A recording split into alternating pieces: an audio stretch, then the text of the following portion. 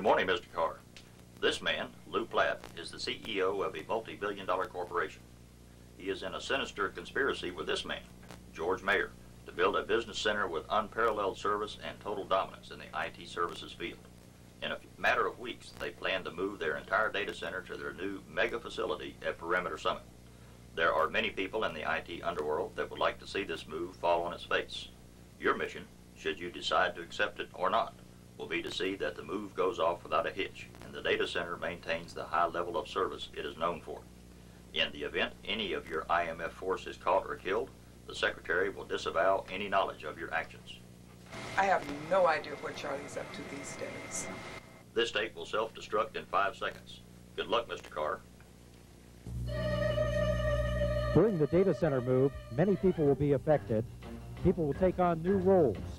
Communications will be activated, drivers hired, equipment unpacked, supplies readied, volunteers rounded up, activities scheduled, and the movers will be carefully trained to take extreme care of our delicate equipment. As you've heard, the mission is to move the largest Hewlett Packard data center in the world. To give you a feeling for the magnitude of this project, we'll be deinstalling, moving, and reinstalling hundreds of MPE and Unix computer systems, hundreds of peripheral devices, and miles of connective cable, all in one long weekend. Well, this equipment must be back up for business as usual at the end of the weekend. Are we ready? Buckle up, let's go.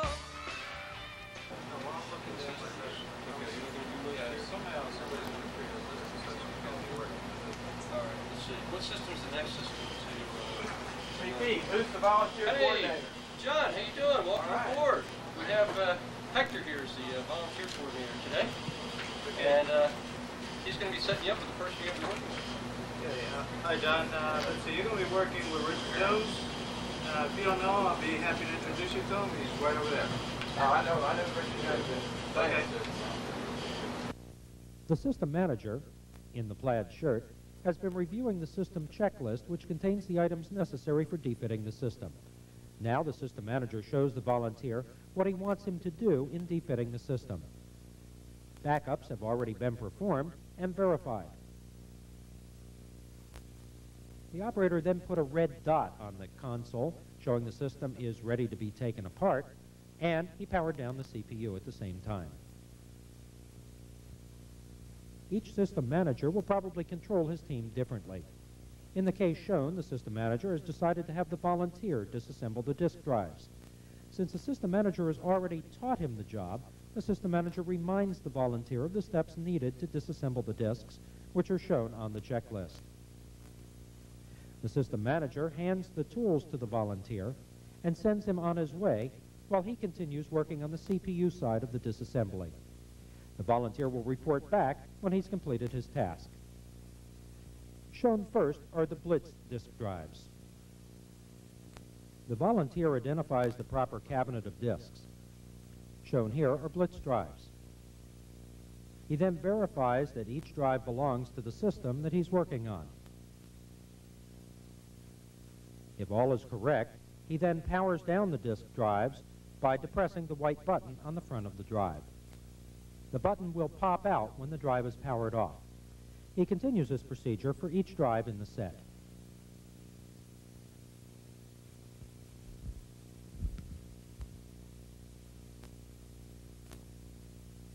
He then goes to the back of the drives and verifies that he is at the proper location and powers off the cabinet. Using a floor puller, he carefully removes the floor tile and locates the power cable for this cabinet. The plug is usually a twist-type plug.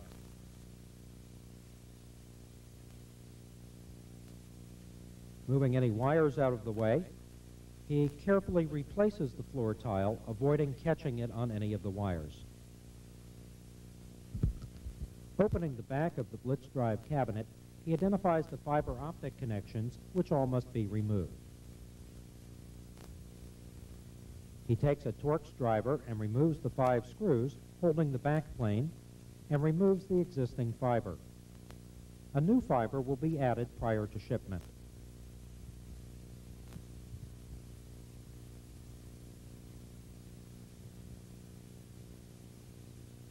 Then he carefully slides out the back panel, being careful not to catch the fiber cables.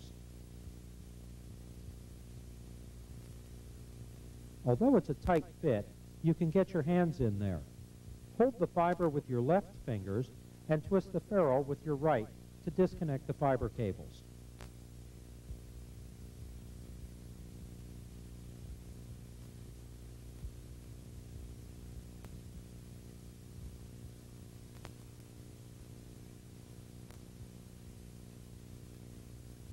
After you remove your first fiber cable, the rest will be pretty easy.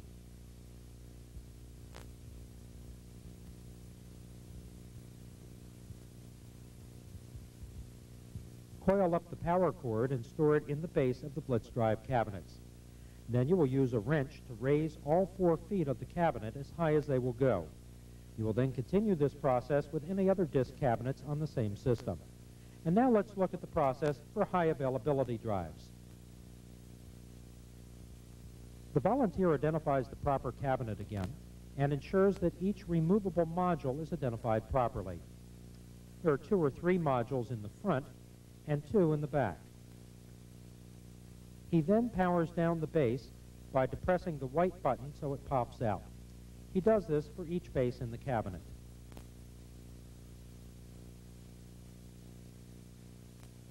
When he goes to the back of the cabinet, he will need to verify that those 2 modules are also correctly identified.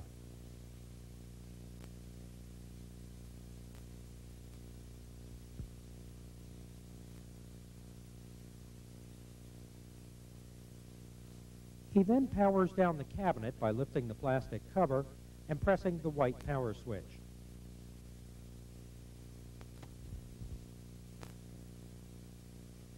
Go to the back of the cabinet and carefully remove the floor tile. Unplug the proper power cable.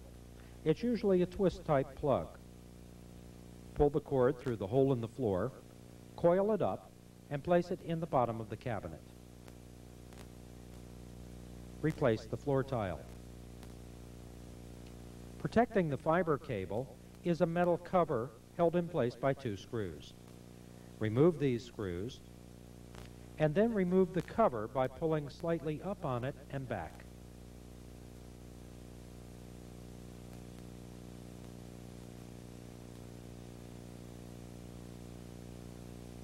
Disconnect the 2 fiber cables.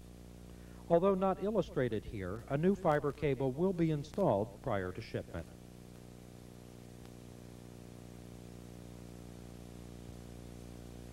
The old fiber cable should be simply dropped through the hole in the floor and will be left behind.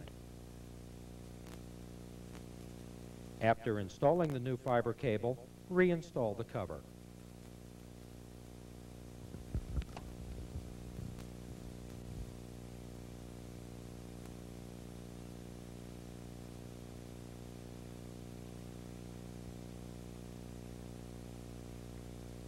To remove a disk module, pull out on the green locking mechanism. Slide the module out while supporting it with your other hand.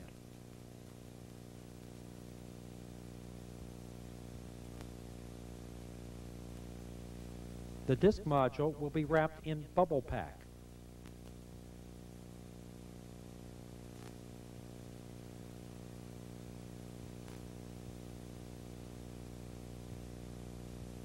And then will be carefully placed in the speed pack box. When the volunteer finishes deinstalling the disk drives, he reports back to the team leader.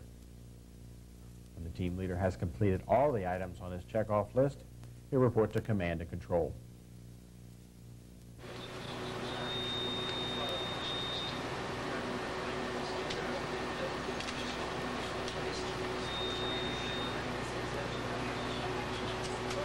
Hey, Richard, how's it going, guy? All right, IC8 done. IC8 is done, ready to go. Okay, why don't you go ahead, it's all wrapped up and ready to roll? Yes. Okay, why don't you take the mover and show him all the systems. We're going to take IC8 all together out at one time. Okay. All right? Okay, why don't you go ahead and look at the time. It's,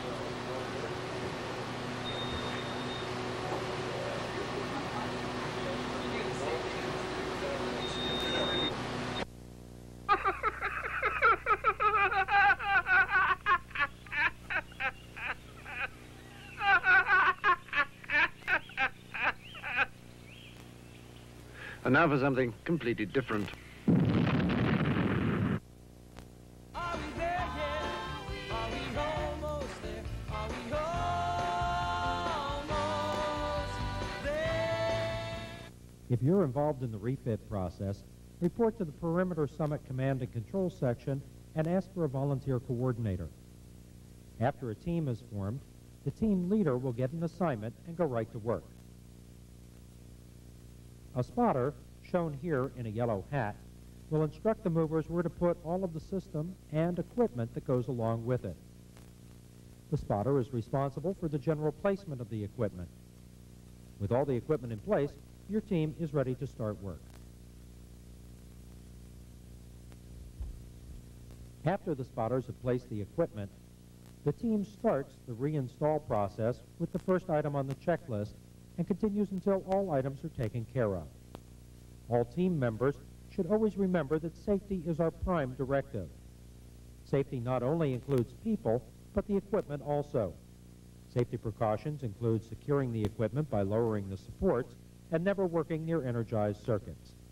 Bubble wrap used for packing must be recycled, so use care in unpacking the equipment. In other words, don't do what's shown here.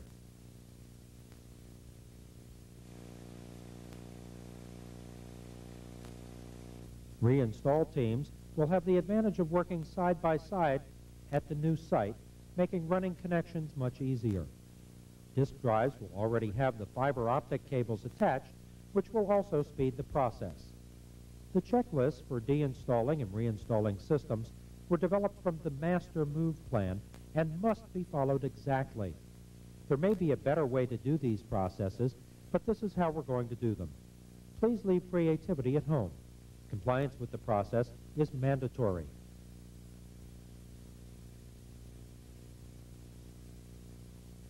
When reinstalling disk drive modules, take time to confirm each module is being placed on the correct base and in the correct slot, and that the module is seated firmly and locked into place.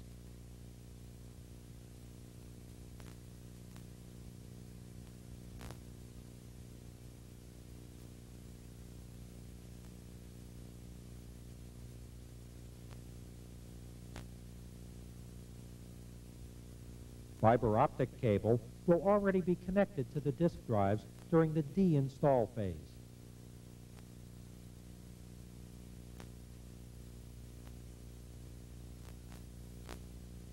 However, in the event a cable is damaged or missing, the fiber optic lead with the writing along the cable is connected to the fiber connection with red writing on it, as indicated. The connection should seat squarely and tighten easily using little pressure. Take great care in handling fiber optic cable, as it's more prone to damage than copper cables.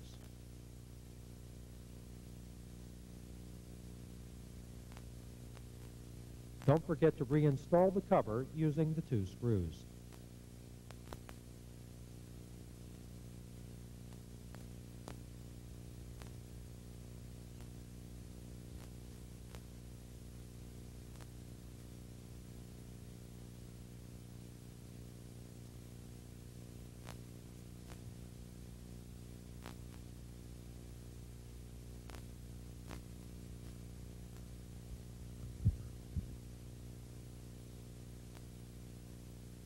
Hello, I'm George Mayer, manager of the Atlanta Information Technology Center. I just want to take this opportunity to thank each and every one of you for offering to help us to move the data center. I've always known that it's the people at Hewlett Packard that's made it the great company that it is today. Your volunteering to work a holiday weekend is just another example of all the fine people that work here at HP.